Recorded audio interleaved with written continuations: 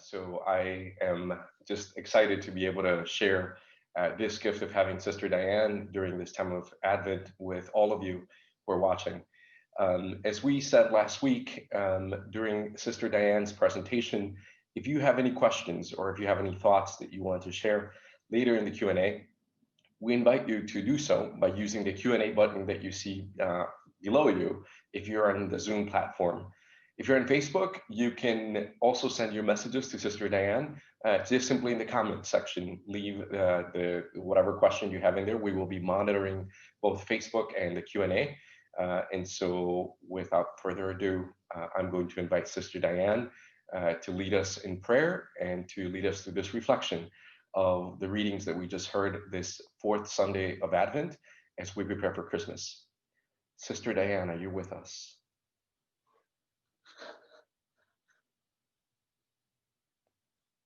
Your microphone is muted and also the video is not on. All right. There you are. It should be. Lovely to see you. Good. Thank you. Did you get a haircut? Yeah, I did it. Yeah. All right. Let us pray. Oh God, dispel our fear and discouragement and renew us in love. Renew our relationships with one another as we connect through communication, service, and social activities. Make your church a beacon of hope for all, the most vulnerable among us in a special way. We ask all things in Jesus' name. Amen. All right, well, good evening. Our last time together, once again, I just want to put everything that I have been talking about and maybe that you've been thinking about within the context that I initially gave you, the chart. Because the theology of one Sunday in the readings built on the theology of the Sunday before that. And we are now in the fourth Sunday, and the fundamental framework does not change. Even though we are close, very close to Christmas, it still does not change. Christmas does not wipe out the theory of Advent. It fulfills it. So let's see what I'm talking about. The fundamental reality of these readings has been, we live in a broken world. And who will deny that? And not simply because of the pandemic. When has our world not been broken? When has there not been violence and hatred and alienation and poverty? And make the list from your own experience. So we live in a broken world. And living in a broken world, we realize we cannot by ourselves put it back together, reform it, transform it. We can't do it alone. We can do some things. We can open ourselves and allow the power of God to work in us. But by ourselves, we cannot do it. We can't put our world together. Humpty Dumpty is not just a child's nursery rhyme. However, even in the first Sunday, the readings may begin with lament. And what we said, rend the heavens and come down. It may begin with lament, but it doesn't end that way. That's one thing about our religious tradition, friends. It does not end on a negative note. It doesn't end with death and destruction.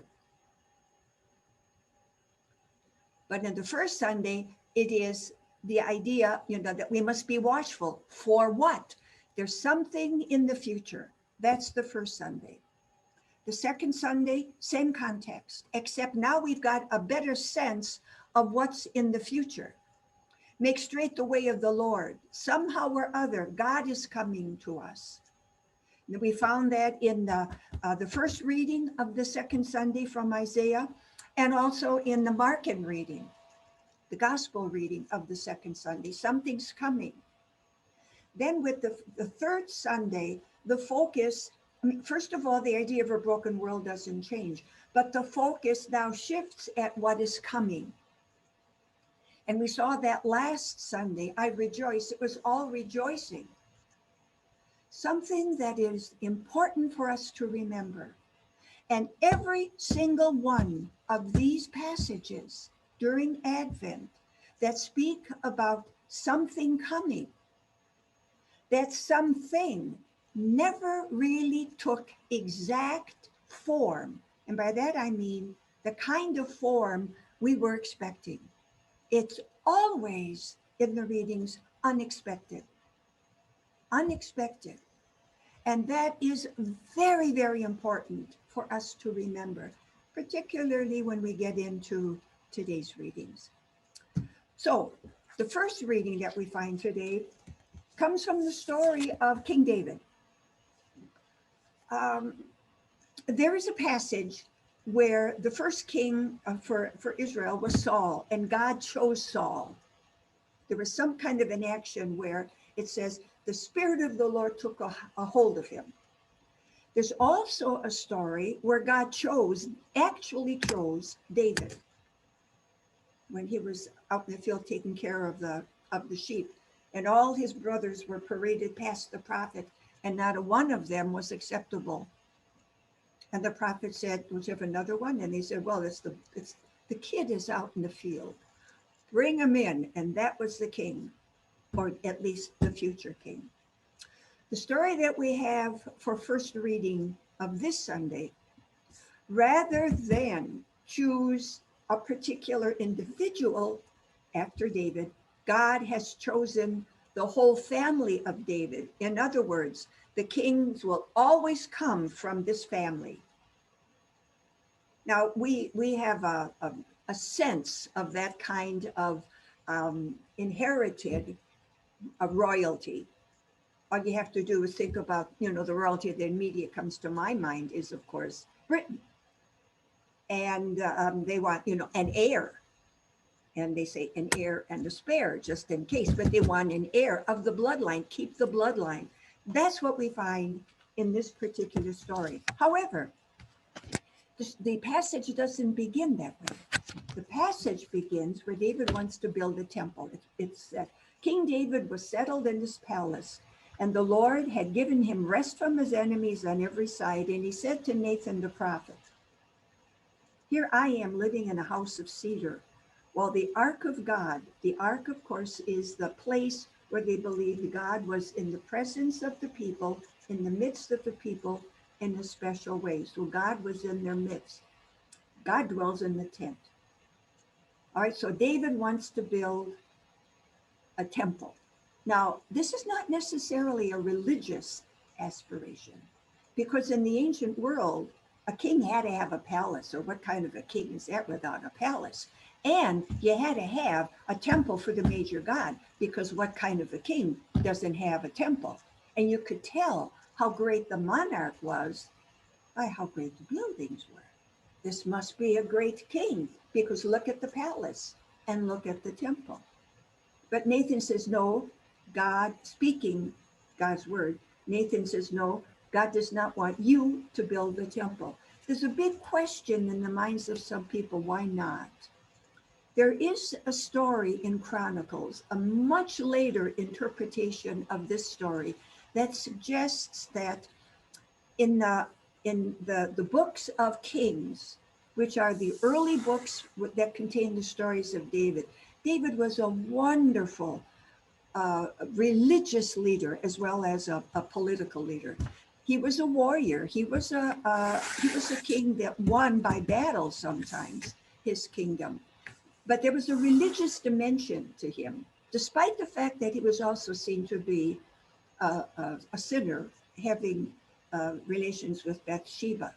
But in Chronicles, the reason given was that he had too much blood on his hands. So you have to give a reason why the king, who was supposed to build a temple, didn't. So that tradition grew up. That's not the point I want to make. The point I want to make is what follows.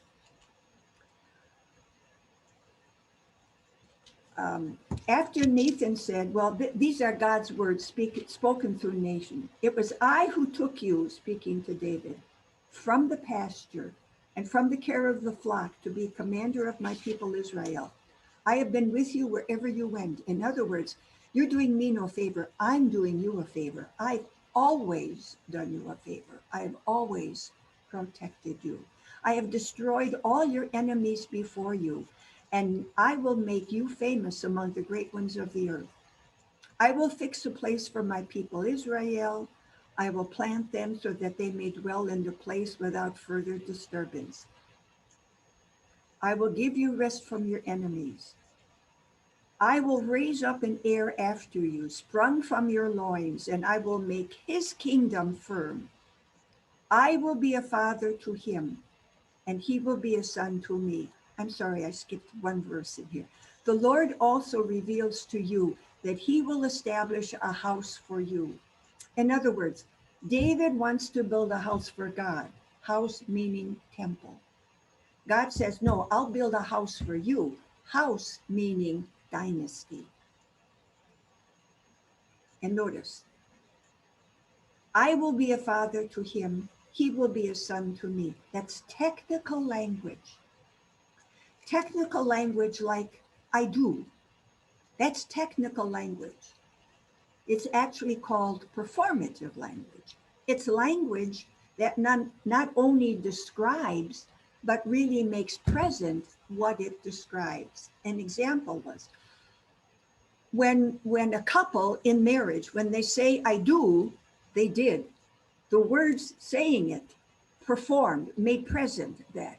When the judge says guilty, you are, whether you did it or not, legally you're guilty. Innocent, you are. So there's some performative language. And the more powerful you are, the more your words create things. That's what's behind the creation story, Genesis 1. God performed with words. All right, that's performative language. When we enter into certain legal contracts, which they called covenants, frequently there was performative language. And the language described the relationship. For example, I will be his father, he will be my son. And from then on, the king was thought to be the Son of God. In the ancient world, it's not uncommon that people believed that their kings were sons of the deity. And those words were usually used at the time of coronation. I will be his father, he will be my son. There's another kind of covenant language. I will be your God, you will be my people. That's covenant language. All right? Do you take this man? Do you take this woman? I do. That's covenant language. Whether you say I do or yes, you've got to say it. All right? So now what we have is a promise that the king will always be from the house of David. Now remember what I said last week about Messiah or Mashiach, the anointed one. That means that the anointed one, the king, the actual king, had to be a descendant of David. And he had to have a son. A son was very important for the bloodline and also for the inheritance. It had nothing to do with testosterone. It had to do with inheritance. It had to do with descent. Now, not all societies would have you descend in your identity through the father. That's a patriarchal line, patrilineal line.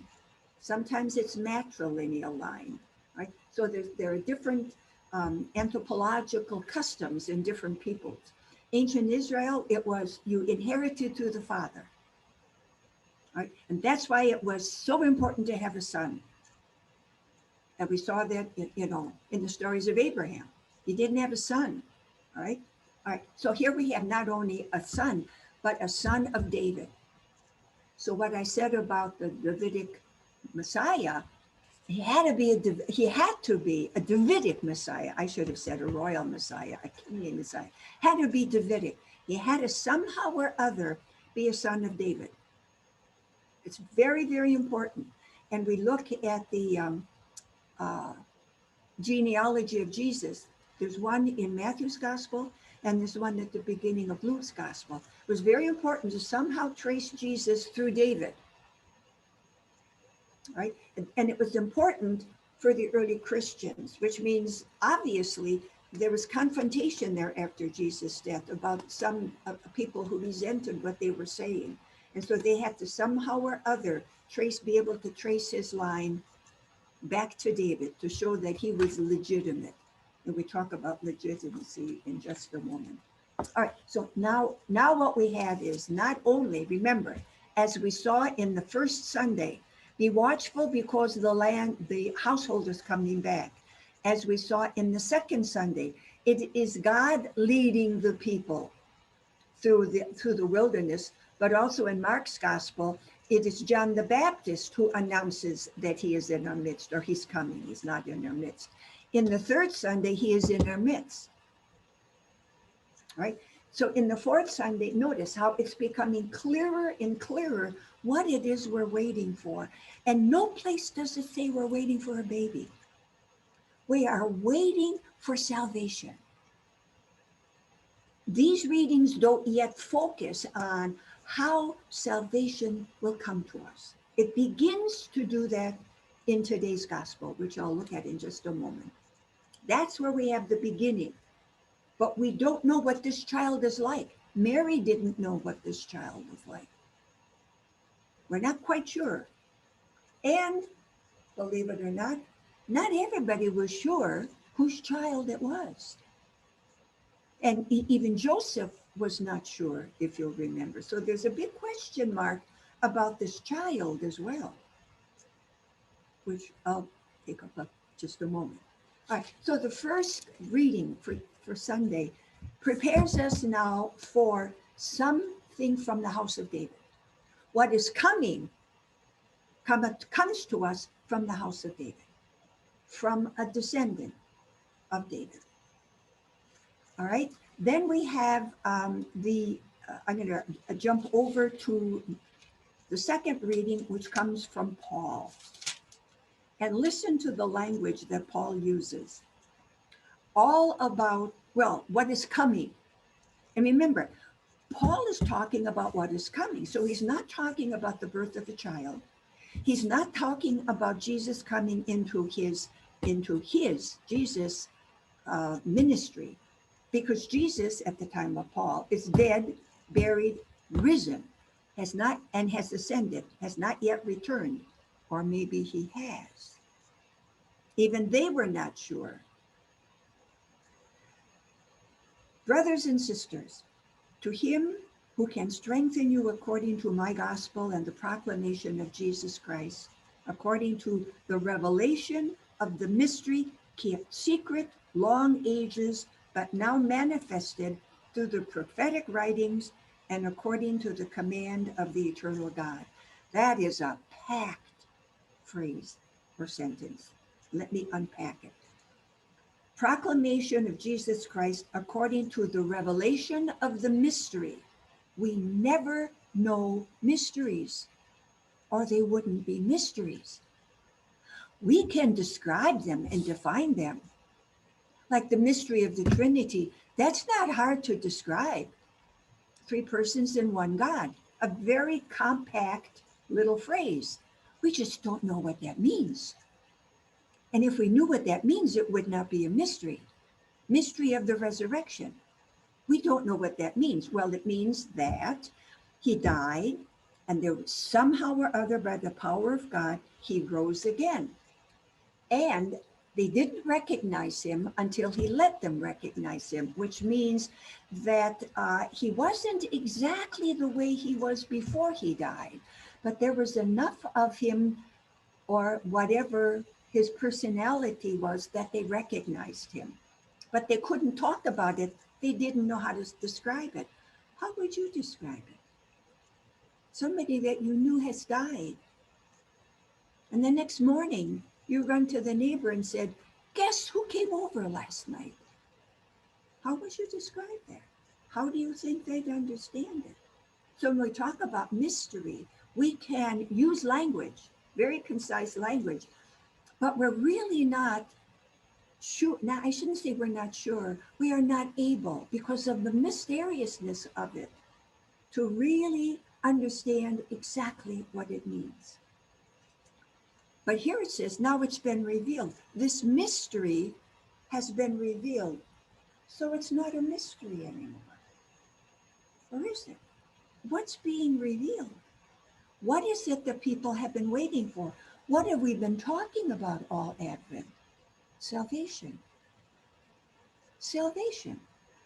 And what does that mean in your life and in mine? It's got to mean something more than a vaccine. It's got to mean more than that. It's got to mean more than a new legislation of how many trillion dollars. It's got to be more than that. What does salvation, what does it mean to be saved from your sins? What does that mean? How are you saved from your sins? How am I saved? But it says, according to the revelation of the mystery kept silent for long ago, but now manifested. And here again is, I don't want to call it a mystery, but it certainly is a big question mark. They didn't understand it when it was revealed. They didn't understand who that child was, who that man was. They were expecting it in a different way. Once in a while, we have stories, we've got Christmas stories about some people who understood what was going on. Presumably the shepherds did, but who ever listens to those kind of people who live on the margin of society? We push them to the margin because they're not fit to live with us in the circle. Or they figure it's better, it's safer to live on the margin. But people don't listen to them. People don't listen to street people. What do they know? That's what the shepherds were, marginal people. Sinners, because they dealt with blood. They were always ritually unclean. And the wise men. But even they initially were mistaken. That is a very, very important theme when we talk about the Christmas mystery, the mystery of salvation, the mystery of redemption. If you look at the story of Jesus, the story of the birth, the story even before the birth, the story of Mary's pregnancy, how much misunderstanding there was. There was misunderstanding with Joseph. The story does not suggest Elizabeth misunderstood, but her husband did. But that's something very important, and that does not mean women always have more insight than men. That's not the meaning of that story. Rather, it is, regardless of the fact that women may have insight in this incident, they have no legal standing. So who listens to them? They may not be dirty like the shepherds, but they have no status in society. You don't listen to women. So a woman, in court, only men could plead in the court, not women. They didn't have legal standing. And we shouldn't be surprised. When did we get it in this country? All right. So there's tremendous amount of misunderstanding. The ones that we think should have known, misunderstood. They were waiting for salvation, but they were expecting it to come in a certain way. Now, right there, I'm going to repeat that because that's the story of you and me. We wait for salvation. We pray for redemption. We pray for transformation. But so often when it comes, we don't recognize it because we expect it to happen this way, and it doesn't. It doesn't happen the way we expect it. Manifested through the prophetic writings, and according to the command of the eternal God, made known to all nations to bring about the obedience of faith to the only wise God, through Jesus Christ be glory forever and ever. The great mystery has been revealed. We have been saved by God. And it's not just in the books, in our own lives. That does not mean we don't suffer. That does not mean that we are not broken. It means we are not destroyed. It means that our brokenness and our suffering gives us strength. It doesn't beat us down at all times. And then we go into the gospel reading, which is so very interesting. It's the story the angel Gabriel was sent from God to a town of Galilee named Nazareth. Once again, we see this in the gospel itself. Nazareth. What good comes from Nazareth?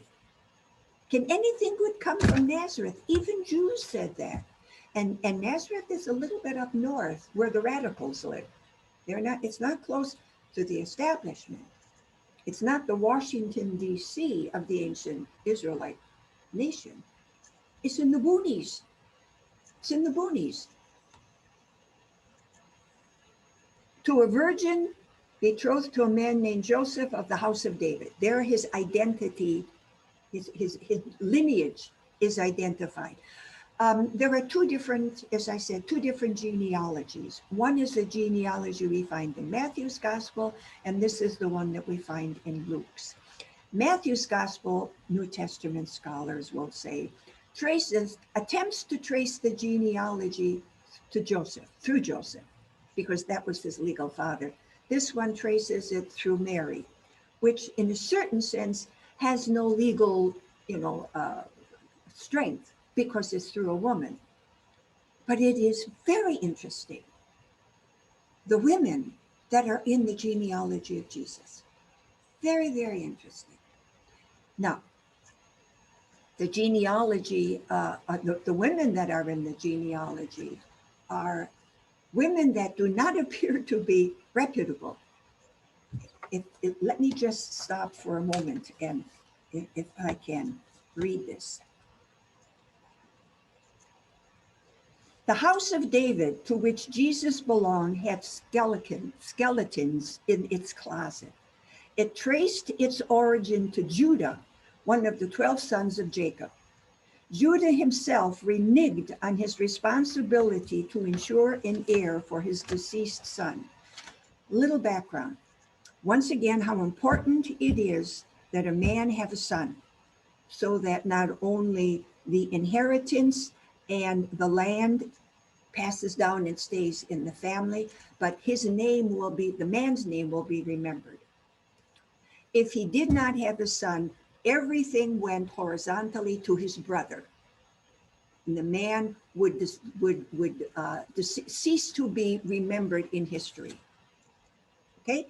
Now, if a man died with no heir, with no son, then his brother would take the widow and have a child with that widow. And the son, if there was a son born, so the first son born of that union was considered the legal heir of the man who had died. That's called the Levirate law. Right? So that meant then that the dead man had an heir and his widow had a man through whom she would have Social Security, because you get the security of the clan or the family through the men. First your father, then your brother, then your son, then your husband. So if your husband is dead and you have no son, chances are your father will not bring you back into the house and take care of you, because you will be a drag on the house. So women are, their financial situation is very precarious. Now, think of that. So a man dies, and for the sake of his inheritance and his wife, there has to be a son. Now we go back to Judah. Judah was one of the 12 sons of Jacob. Judah's son died with no heir. So Judah gave the next son to his daughter-in-law, whose name was Tamar. And that son died with no heir. So he gave the next son, and that son died with no heir. This woman is the kiss of death. He has a responsibility to his first deceased son, not just to the woman, but his first deceased son as well. But he puts it off and puts it off. And the woman knows what her father-in-law is doing. And she realizes it is imperative for her deceased husband and for herself that she have a son. So she dresses herself up like a prostitute. She becomes what today we would call a streetwalker. But she didn't walk. She just stayed on the side of the road like a prostitute does, just standing on the corner waiting for the clients to go by. And who comes by? Judah, her father-in-law, and makes a transaction with her.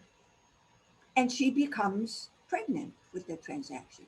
But this is a woman who, again, by law, he had a responsibility to her that he was not keeping up. So she thought she's going to go around the law to make sure, or go around her father-in-law to make sure that the law is fulfilled. So before he leaves her after their exchange, she asks for a couple of things, like a signet ring or something that belonged to him as a trinket, if you will. All right.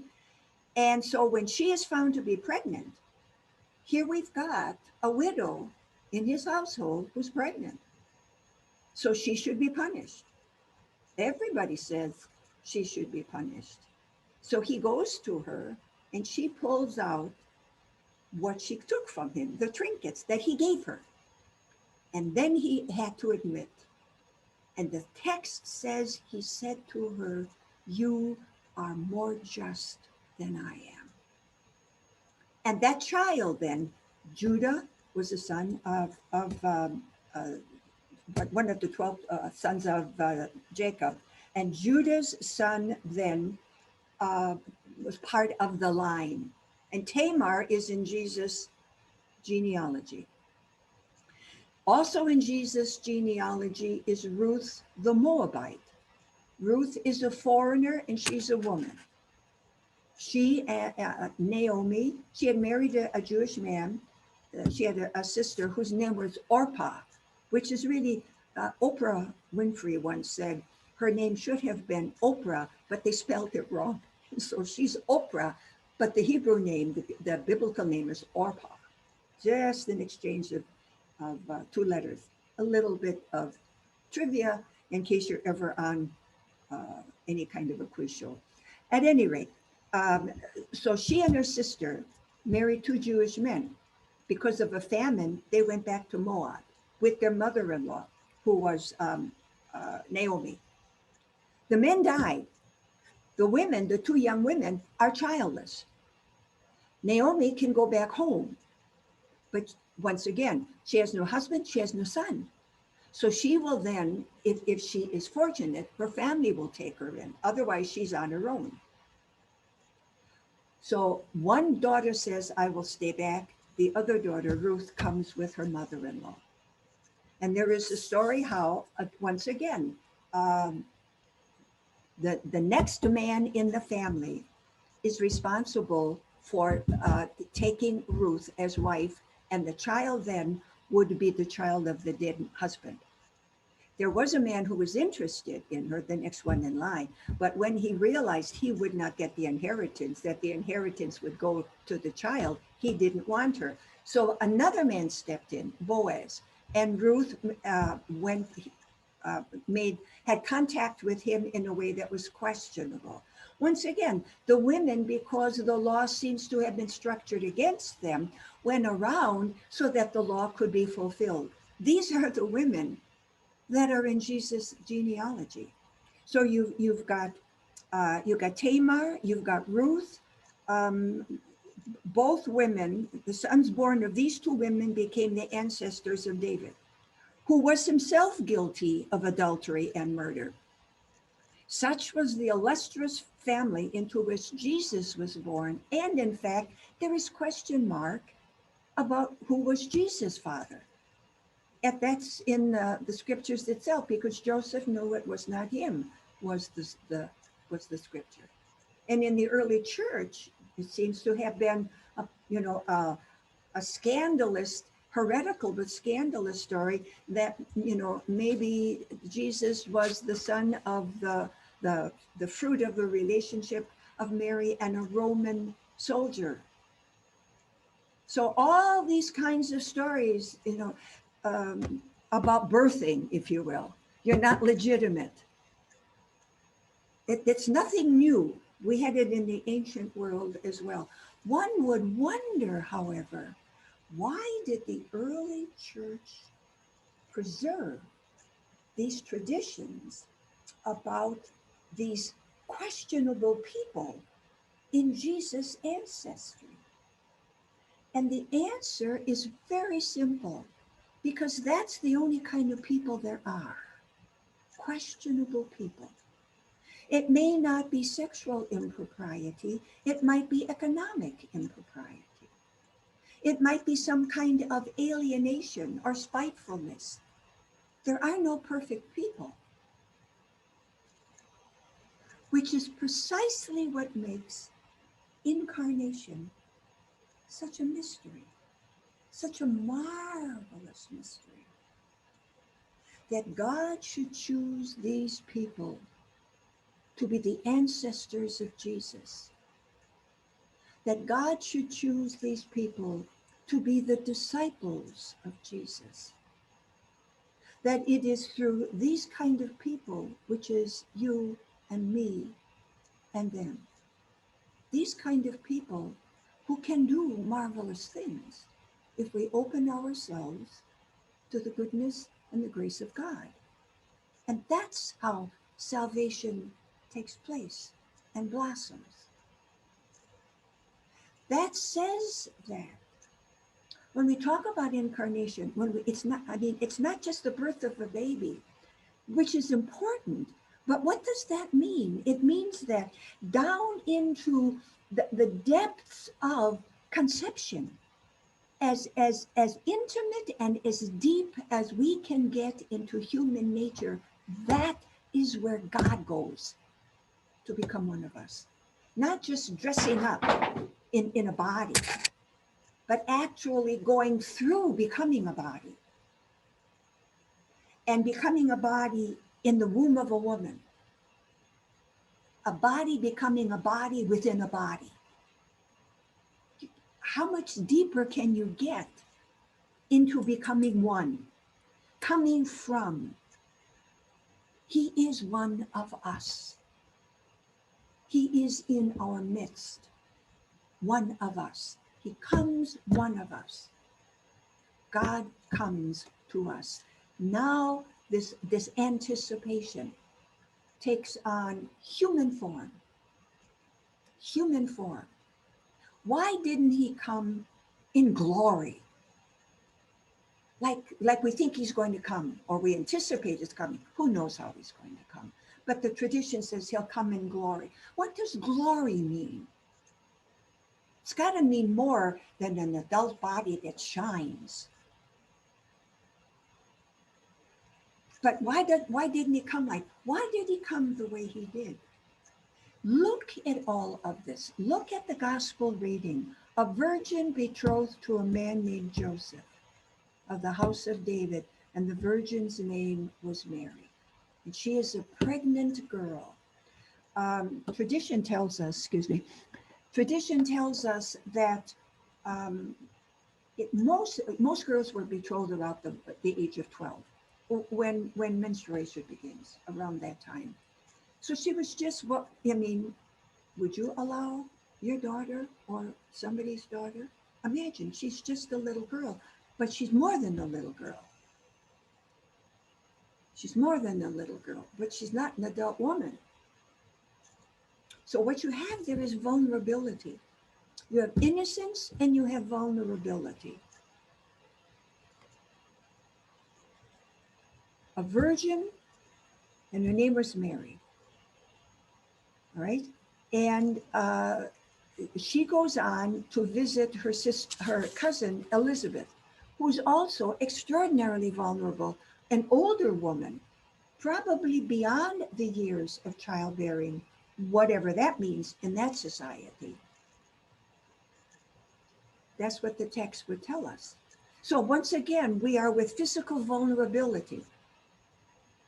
And you can't get any deeper into that question of vulnerability than in pregnancy, I don't think. Because what you have is the possibility, so many possibilities that are happening for 9 months. Again, not sure what's going to happen.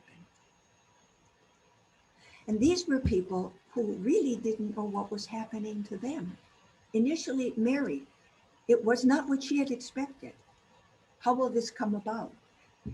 Her cousin Elizabeth, she certainly didn't expect it, her pregnancy. Her husband didn't expect her pregnancy. Joseph didn't. Unexpected, or at least it was no clear idea. Which brings us to the whole question once again of the mystery and the fulfillment of all of the promises, but fulfillment in a way we may not have expected. In a way we may not have expected. That's so much of what's going on in our world today. It is all so unexpected. So much is unexpected. So much is outside of our hands. If we've learned anything during this terrible pandemic, it's human vulnerability. Most people who get the virus, I understand, do not die. But you don't know that. You don't expect to get it, and you don't expect to die. You don't expect to be healthy one day and then die the next, or within a week, or linger for 3 weeks and then die. You don't know who on the street is carrying it. You don't know if you are. We're so vulnerable. And what do we do with our vulnerability? You can't drink it away. That just makes you more vulnerable. You can't sing it away. How do we deal with our vulnerability? How do we hand over to the mighty God who holds us in his hands? Beautiful imagery. He's got the whole world in his hands. Well, it doesn't look like it, or it doesn't look like it the way I think it should look.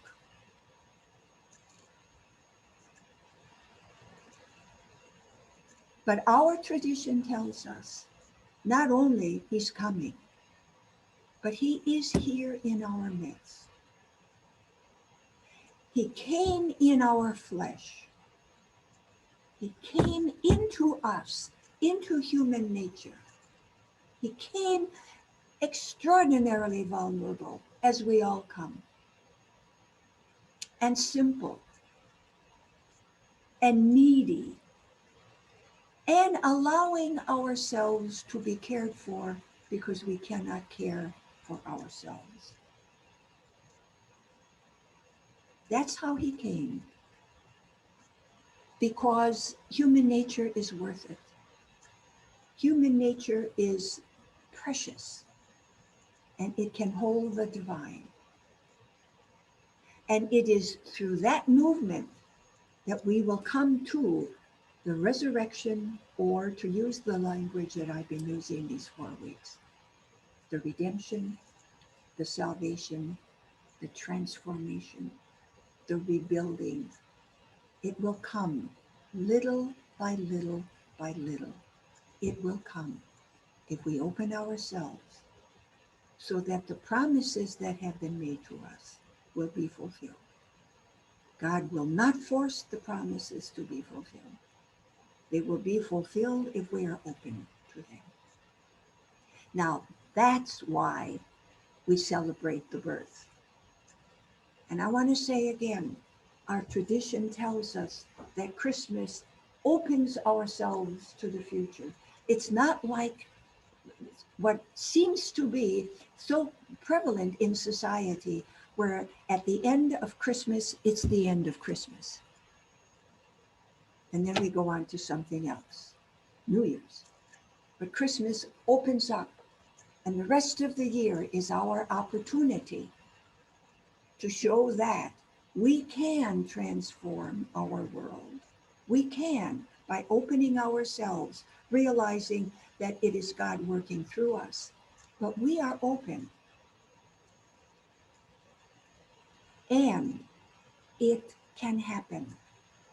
Because, as Paul insisted, the revelation of the mystery kept secret for long ages, but now manifested through the prophetic writings and according to the command of the eternal God.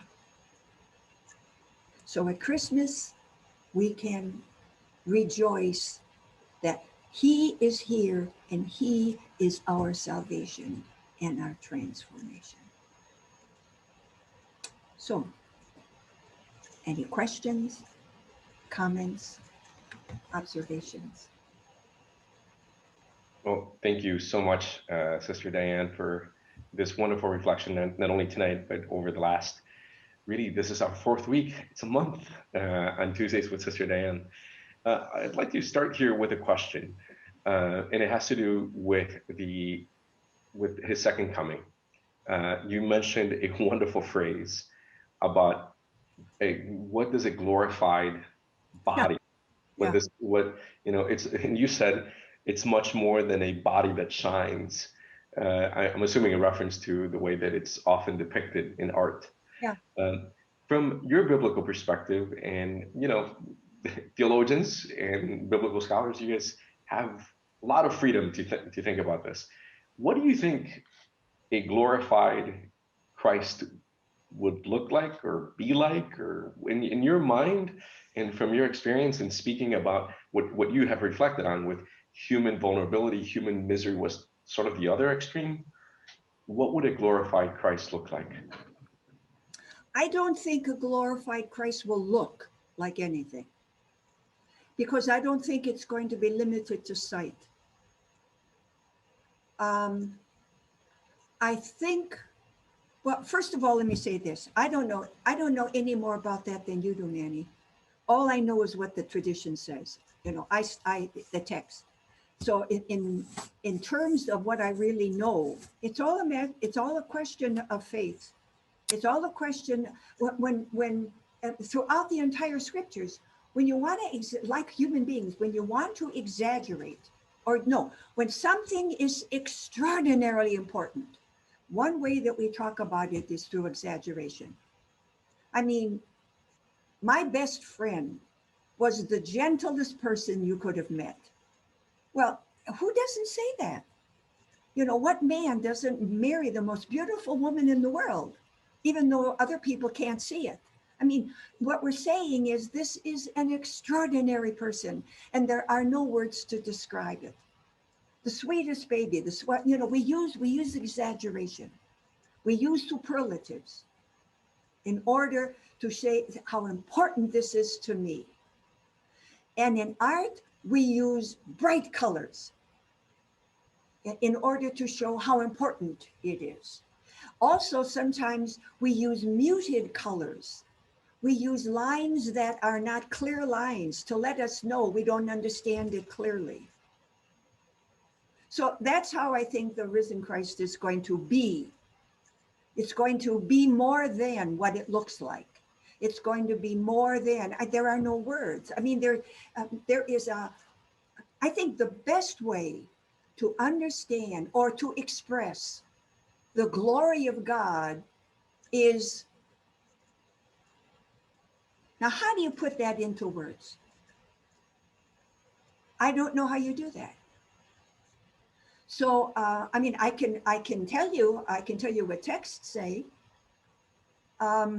I personally don't spend a lot of time on things that I am convinced I will never understand anyway. And consequently, the issue with me is not so much an issue of faith. It is an issue of trust and hope.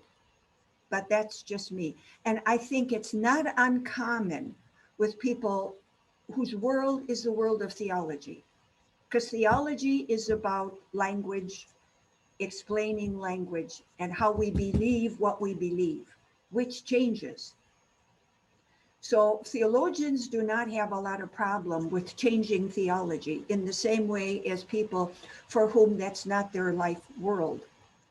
When theology changes, a lot of people have problems with that. I have no problem with that, with the change of, because most of our theology, well, certainly in the Bible, is metaphor anyway. It certainly is not philosophical, as if philosophy is the only way we can understand God. Now it's going to have to be science. No, there are different ways of trying to understand what we think about God. I realize whatever I think about God, am I going to be surprised? That's all I can say. You and all of us. So here's a follow-up basically on on last week. It says, can you please expand, Sister Diane, a little on what you said last week about how we celebrate and not celebrate baby Jesus? You gave an explanation, but would like, if you can, to expand a little. How we do or how we should? I guess the question says how we celebrate and not celebrate baby Jesus. Well, I'm not quite sure how the questioner means that, but let me, let me respond to the words. I think oh, I think that sometimes we concentrate so much on the birth and the details of the picture, the stable and things like this, and who knew what, and who was called, and they are all details of the story, which are very important. That we forget to concentrate on what it means. And there is a natural great joy in the celebration of Christmas. But it's the next day when we realize for so many people it's over. And when I recognize this, I think they got it backwards. Christmas is the beginning of the celebration, not the end. And for some people, the end is the birth of the child. Now the child has been born, and now we can go on and live our lives. Or, because you can't follow a baby. You got to wait until he's an adult, and then we will follow him. And it's taking the stories a bit too literally, I think. You know, um, and that is not to say that the devotion and the spirituality of people is not profound. In no way would I ever say that someone whose piety is very obvious in front of a creche, where I doubt whether you'll ever see my piety. That's not my kind of piety. In no way would I say that piety is wrong. Those people, they're mystics. Sometimes there are mystics who kneel before that creche and we don't even know. And of course, they may not know that they are mystics either. So we cannot judge from the outside. So when I talk about people who celebrate the baby, that is not to say it is not profoundly religious. It simply may not be the best liturgical way of doing it. So at least that's how I would read it. I don't know if there is a bad way of celebrating. I don't know if there is. If it's genuine and authentic and an expression of our relationship with God, how can that be bad? I don't know. I'm very slow to criticize anybody else's piety. Okay, thank you. So David Austin is asking a question now. And as I present the question, I encourage all of the people who are connected right now to leave your questions using the Q&A function, which is below. It's an option that you'll see below the screen where you're seeing myself and Sister Diane. So you can send your question through and I'll pass it on to Sister Diane. So this question, and for those of you watching on Facebook, you can leave it in the comment box and I will pass it on. So David Austin is asking, Sister Diane, I'm curious regarding the characterization of the shepherds as social outcasts. If the shepherds were social outcasts and looked down upon, why would the New Testament be replete with positive references to the role of shepherds and analogies between them and Jesus? Isn't there a difference between recognizing shepherds as humble rural workers and viewing them as actual outcasts?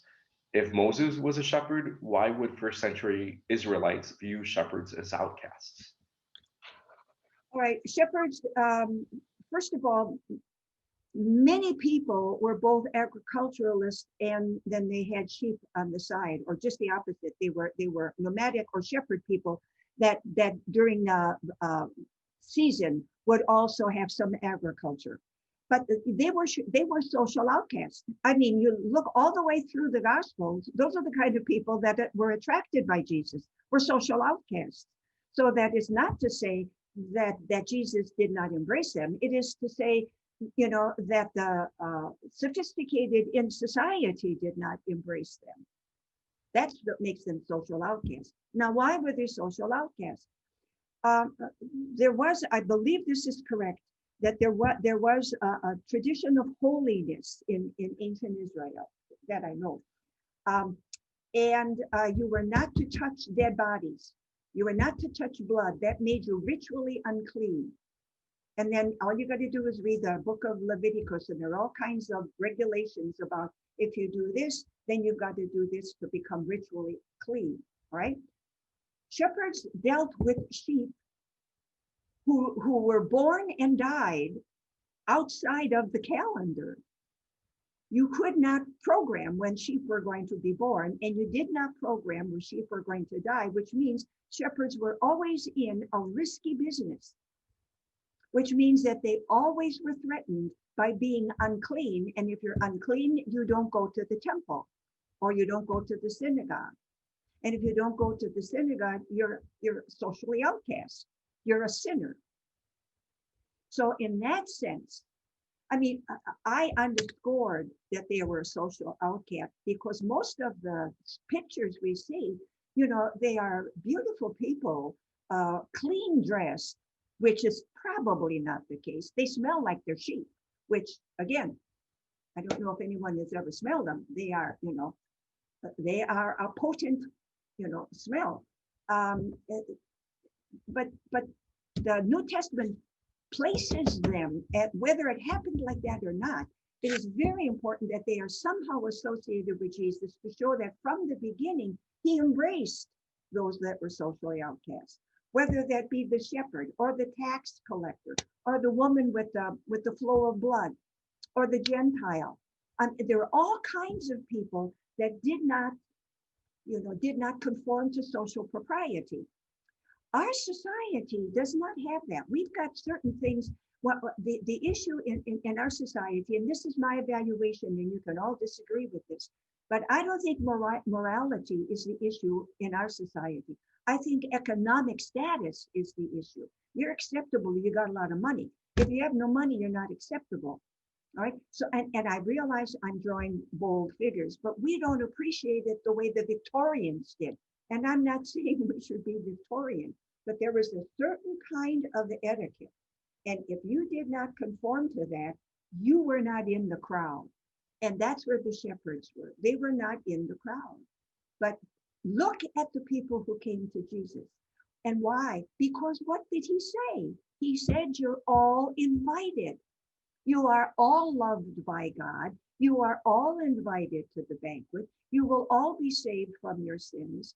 There were not an awful lot of highbrows that followed Jesus at that. At least we don't have many of them in the stories. There are some, no question. But most of them, were the marginal people, or the people, who had something to gain, not something to lose. So that's why I said it, and I underscored it simply so that we would realize how the kind of people that Jesus was drawn to. He did not want anyone outside of the circle. He wanted the circle to include everyone, which in a certain sense, there should be no circle. Thank you. So now I have two, one sort of a thank you and then the other one a pushback to something that you said.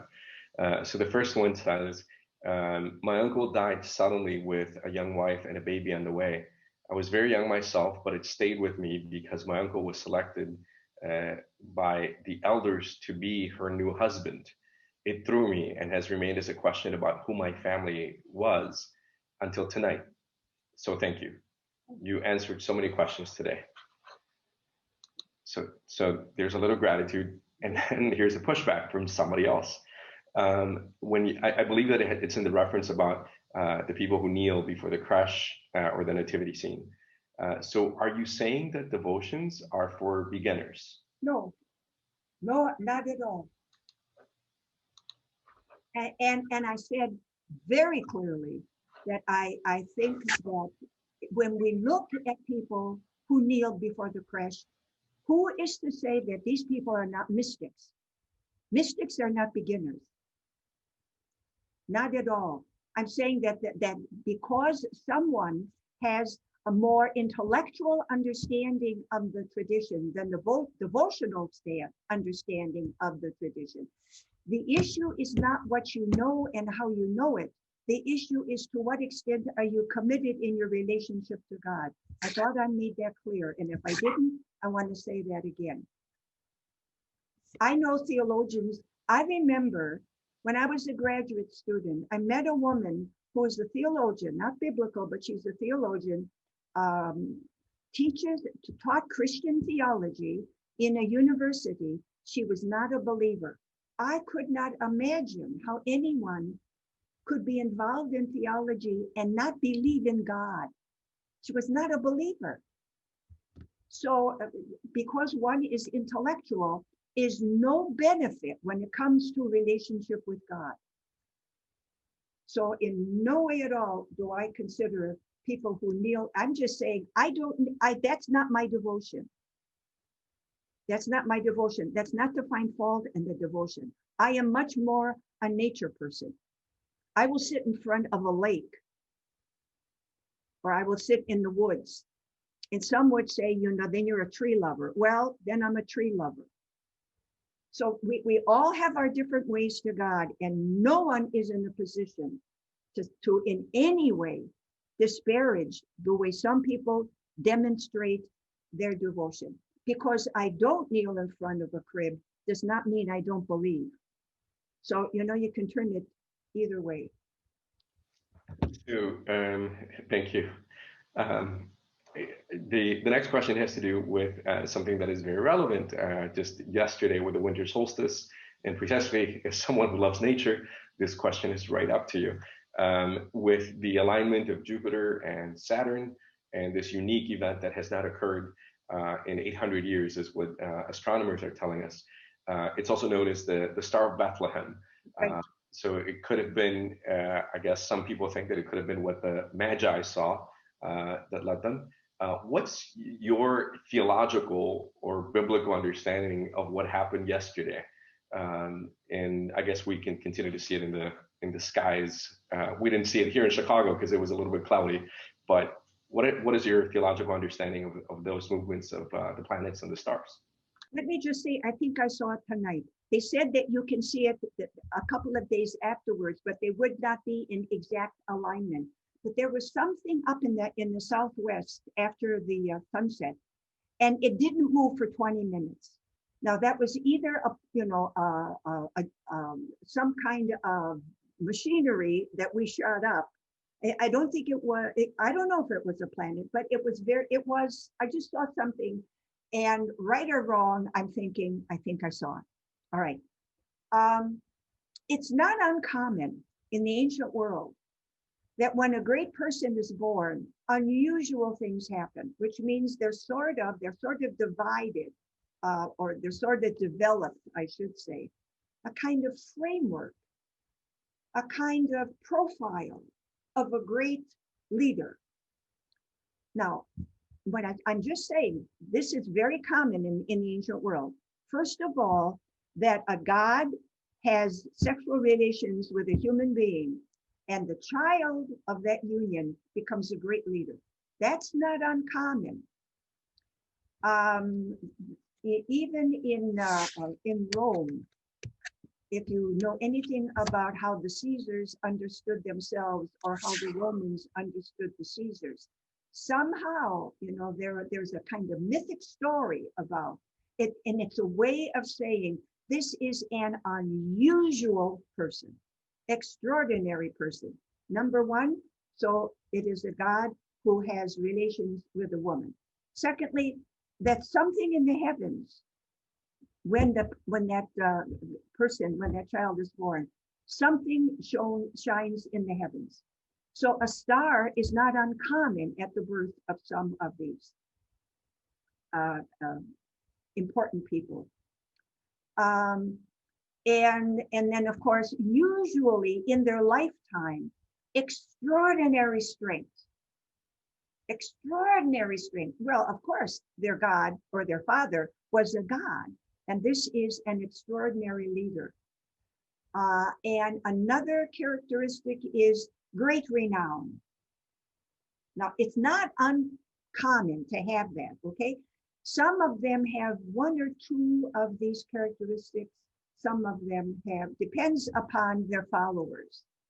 I mean, in a certain sense, if it's part of your culture, you know what's being said by the metaphor. Remember back in the 60s, Jesus Christ Superstar, or was it Godspell? Godspell, where Jesus had an afro, but he had the big S, the Superman S on his shirt. Anyone who knew American mythology knew that that super S meant that whoever that guy was, he was Superman, and Jesus was Superman, because it is an image that's very much a part of our mythology. I realize I'm talking now on mythology, all right? And mythology does not mean it didn't happen. Mythology means it is creative imagery to say something that ordinary description cannot say. So it's a kind of creative or poetic imagery, not just poetic language, poetic imagery. So I think I had, if you wait just 1 second.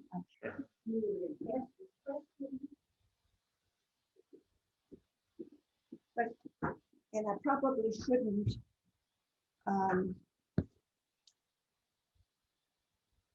yeah, I'll have to be looking through this, and we don't have the time for me to look through this. The firstborn of Thracian, I did a book on cosmology, the Bible and cosmology. And I did something with an analysis of the Star of Bethlehem. And it seems to me that it did not happen that same year.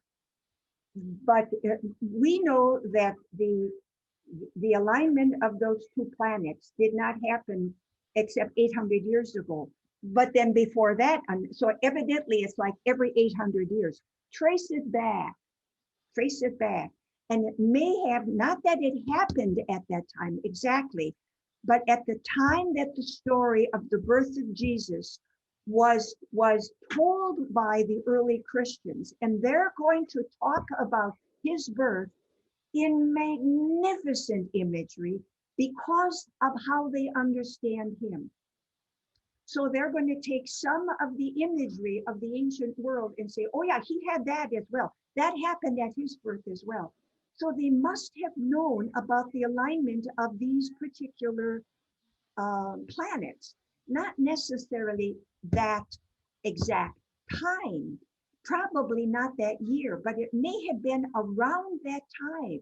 Either they were waiting for it to happen because they had history and astrology as well, or it had happened and they saw this, and they said, see, he's got this characteristic as well. He is at least as good, if not better, than all of these other heroes. Now I realize, I'm walking on thin ice here because I am suggesting maybe all of this did not really happen historically. And maybe it didn't.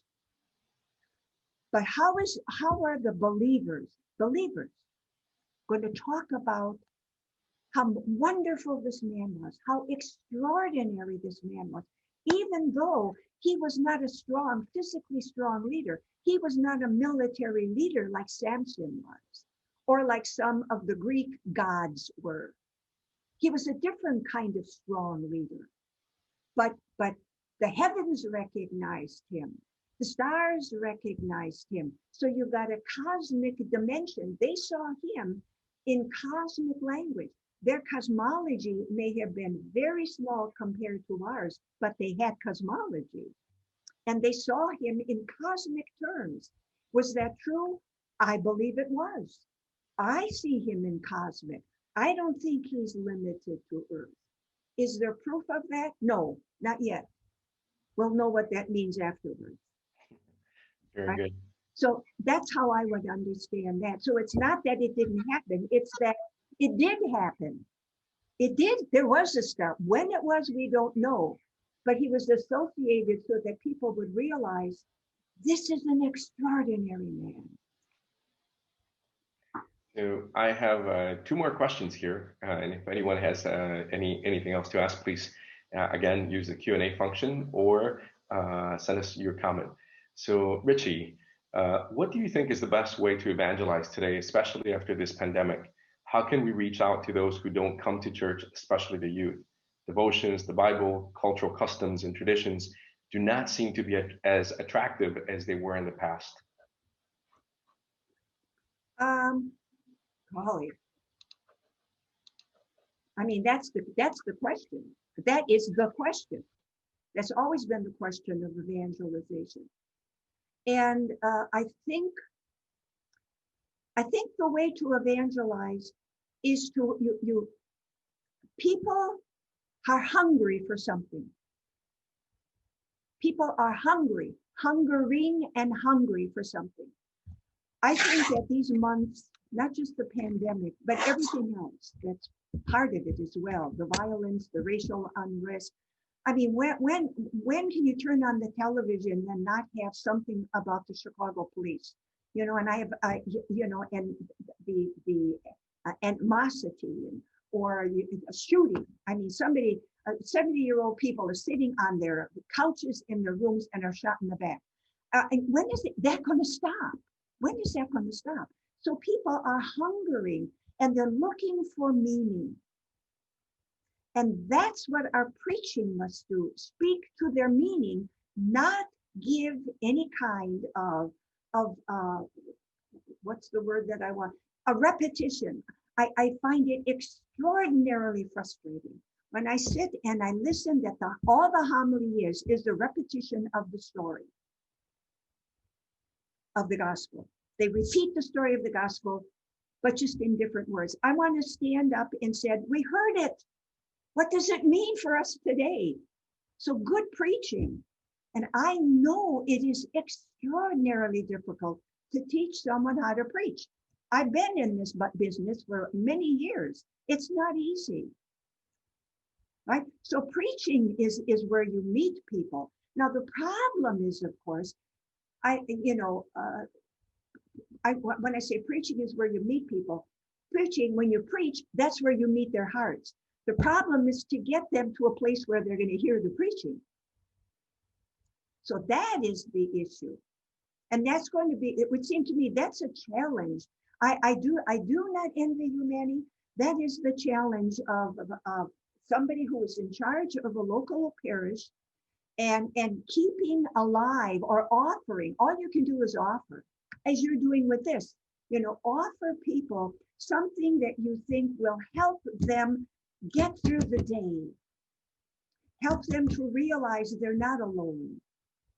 Help them, to see that there is something that we have to offer that will make their life worthwhile. How do we do it with youth? You go out there and you find out, what do the youth want? They sure want to belong. Otherwise, there would not be gangs. Gangs are the example, it seems to me, of the desperate need to belong and to be safe. And I've never worked with gangs. That's somebody from an outsider. Anybody who's worked with gangs, it would seem to me, they need to belong and they need to feel safe. Sometimes you're forced to join a gang because if you don't, you put your life in danger walking to school. Well, So, I just got to tell you, what you're asking for is the most difficult thing, I think, for all of us who have the opportunity to preach. It's a lot easier for me to say tell the story of what the gospel was about, and then say, as Sister Dianne Bergant, argues in her book, blah, blah, blah, as Yeah. Father Tony Gittins Yeah. argues in his book, but to be able to really have a feel of what the people are living and to use to allow the word of God to illuminate that reality is the most difficult task. Right. Every time that we go through preaching, it's like, okay, how does this speak to my community? I'm in a very different reality now than I was, a few years ago. And it's how does the gospel that I'm reading this weekend, really affect the people of St. Mary's and the people that I'm serving, and how does it help them to illuminate their lives? It's quite a task that you're asking for. I agree with that, Manny. And but I would say this as well. Um, and I've done some preaching in my life, not regularly as you, but I've done quite a bit of preaching, and I have found that um, it we preachers, and this is very different than teaching. We preachers have to be sensitive to two things. One of them, what's going on in our lives, and secondly, what's going on in the lives of the people, which means somehow we have to be able to identify with them, recognize we share the same thing. I say this all the time. A lot of what I've done these 4 weeks has been teaching, but I've done a lot of preaching as well. When I exhort and I say, us, what are we doing? That's preaching. That's not teaching. That's preaching. But what are we doing? Which means not just what are you doing? What am I doing? What's this doing to me? What is being cloistered or quarantined, or however you want to understand that? What is that doing to me? How am I responding? And the way I'm responding, is that really different than the way others are responding? I do not experience the depression that some people experience by being alone. But I have had that experience. And I realize I don't know if I would be able to endure it as long as some other people endure it.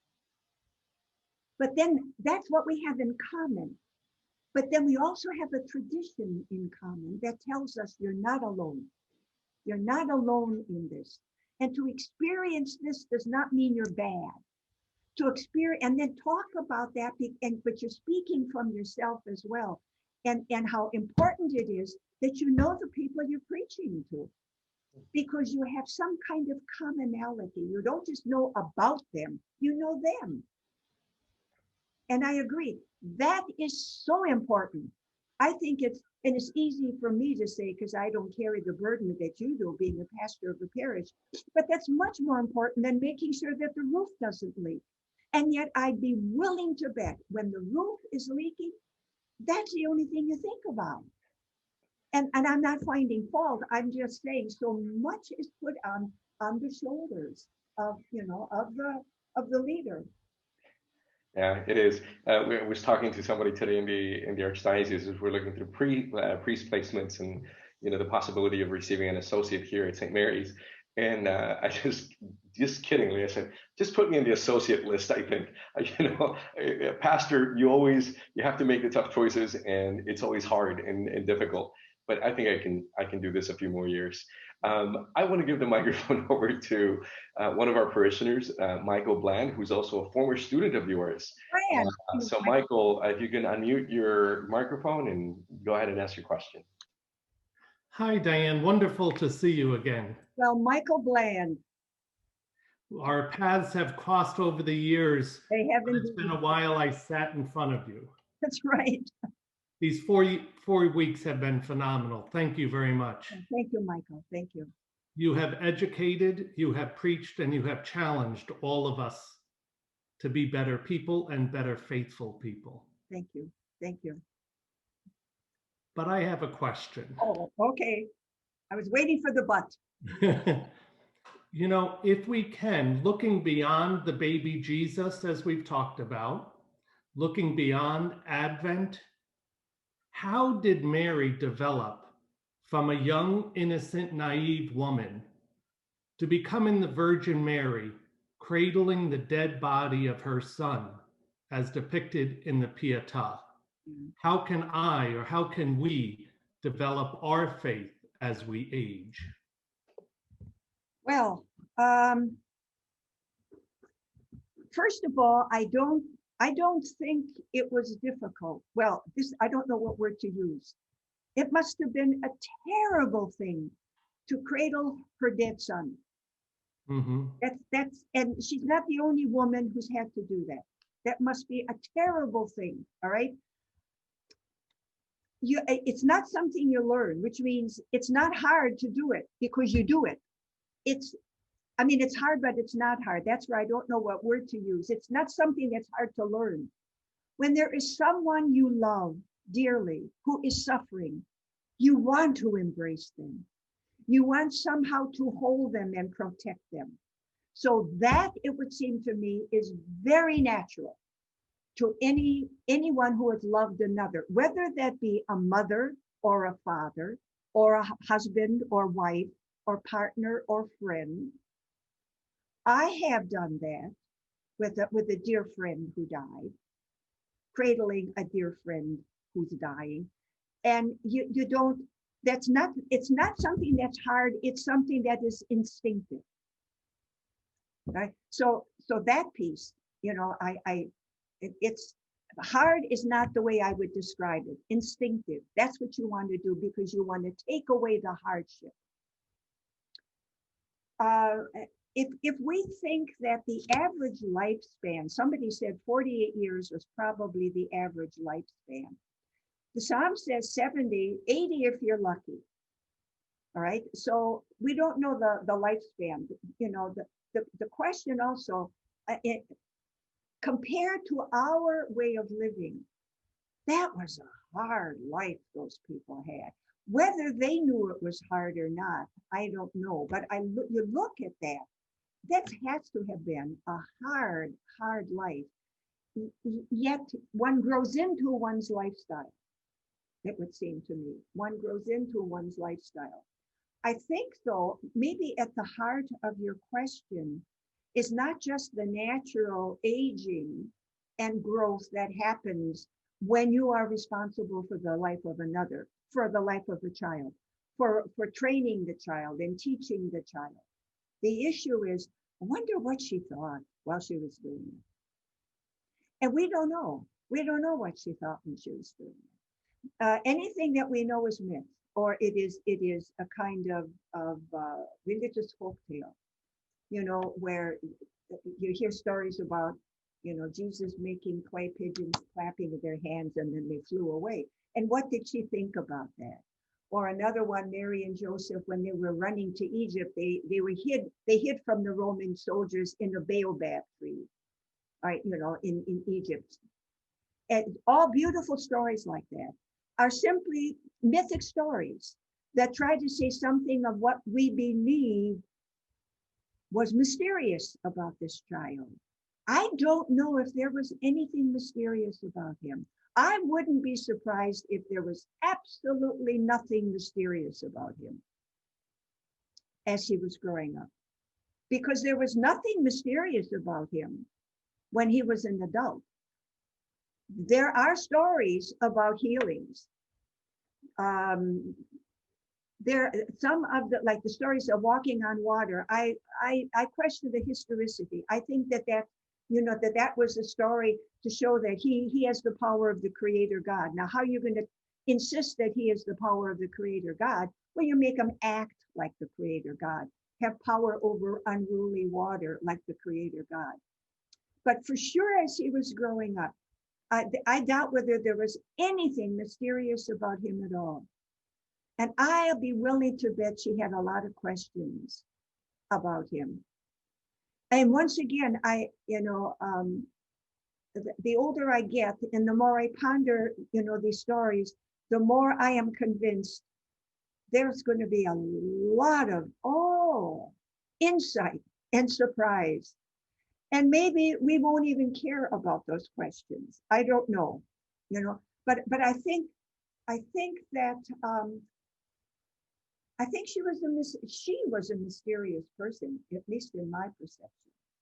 I wonder what kind of a woman she grew to be. Something else I wonder, we hear very little about Joseph.